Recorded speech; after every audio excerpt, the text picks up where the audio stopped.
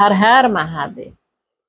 दक्ष यज्ञ का समाचार पा सती का शिव से वहां चलने के लिए अनुरोध करना, दक्ष के शिव द्रोह को जानकर भगवान शिव की आज्ञा से देवी सती का पिता के यज्ञ मंडप की ओर शिव गणों के साथ प्रस्थान। ब्रह्मा जी कहते हैं, नारद, जब देव ऋषिगण बड़े उत्साह और हर्ष के साथ दक्ष के यज्ञ में जा रहे थे, उसी समय दक्ष कन्या देवी सती गंध माता पर्वत पर चंदोवेश युक्त धारा गृह में सखियों से घिरी हुई भांति भांति की उत्तम क्रियाएं कर रही थी। संता पूर्वक क्रिया में लगी हुई देवी सती ने उस समय रोहिणी के साथ दक्ष यज्ञ में जाते हुए चंद्रमा को देखा। देखकर वे अपनी हितकारिणी प्राण प्यारी श्रेष्ठ सखी विजया से बोली, मेरी सखियों में श्रेष्ठ प्राण प्रिय विजय, जल्दी जाकर पूछ तो आ, ये चंद्रदेव रोहिणी के साथ कहाँ जा रहे हैं। सती के इस प्रकार आज्ञा देने पर विजया तुरंत उनके पास गई और उसने यथोचित शिष्टाचार के साथ पूछा, चंद्रदेव आप कहाँ जा रहे हैं। विजया का यह प्रश्न सुनकर चंद्रदेव ने अपनी यात्रा का उद्देश्य आदर पूर्वक बताया।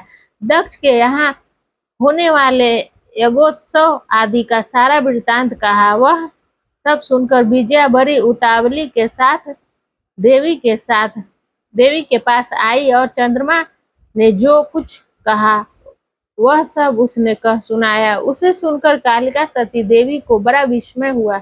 अपने यहाँ सूचना न मिलने का क्या कारण है, यह बहुत सोचने विचारने पर भी उनकी समझ में नहीं आया। तब उन्होंने पार्षदों से घिरे अपने स्वामी भगवान शिव के पास आकर भगवान शंकर से पूछा।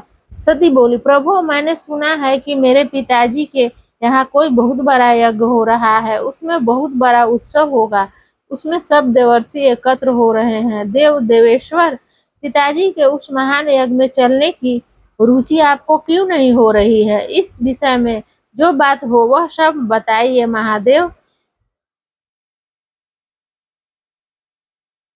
अतः प्रभो, मेरे स्वामी, आप मेरी प्रार्थना मानकर सर्वथा प्रयत्न करके मेरे साथ पिताजी की यज्ञशाला में आज ही चलिए।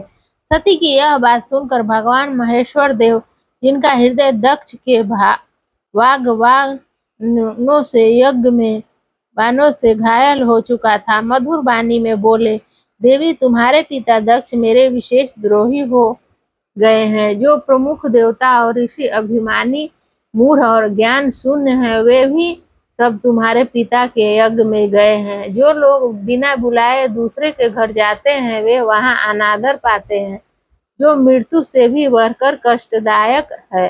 अतः प्रिय, तुमको और तुझको और मुझको तो विशेष रूप से दक्ष के यज्ञ में नहीं जाना चाहिए।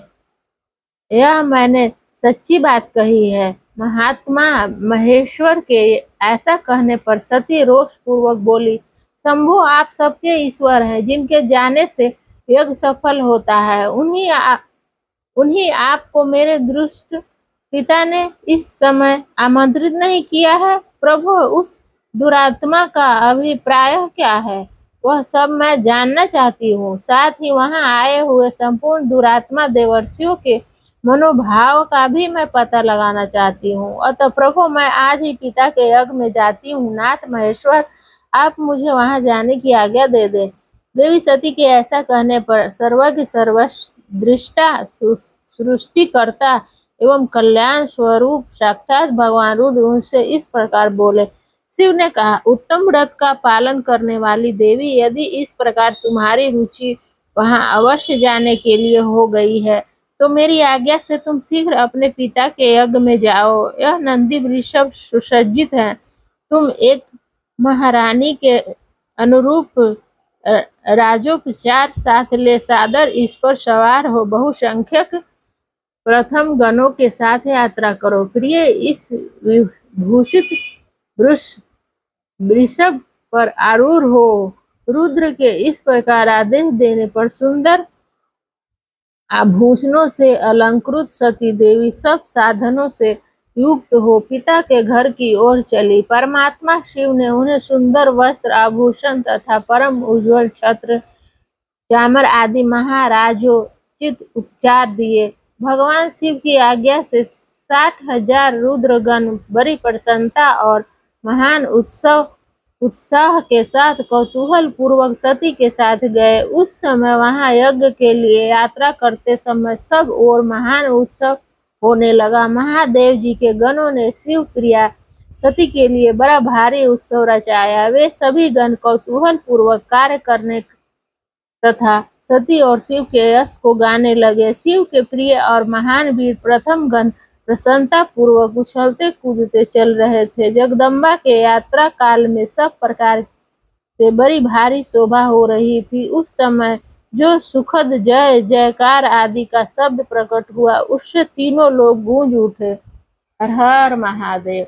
अगला अध्याय में यज्ञशाला में शिव का भाग न देखकर सती के रोषपूर्ण वचन, दक्ष द्वारा शिव की निंदा सुन दक्ष तथा देवताओं को धिक्कार फटकार सती द्वारा अपने प्राण त्याग का निश्चय। हर हर महादेव।